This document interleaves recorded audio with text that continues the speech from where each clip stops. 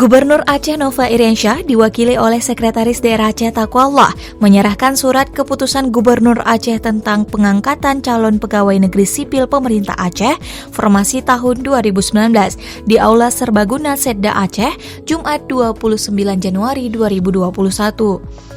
Sebanyak 83 CPNS yang telah menerima SK Gubernur Aceh ini akan bertugas di sejumlah satuan kerja perangkat Aceh, yaitu Dinas Perhubungan 26 orang, Dinas PUPR 19 orang, Dinas Energi Sumber Daya Mineral 13 orang, Dinas Pertanian dan Perkebunan 7 orang. Selanjutnya Rumah Sakit Jiwa 6 orang, Rumah Sakit Ibu dan Anak 4 orang, Rumah Sakit Umum Daerah Dr. Zainul Abidin 3 orang, Badan Kepegawaian Aceh 3 orang, Dinas Perindustrian dan Perdagangan 1 orang, dan Dinas Syariat Islam 1 orang.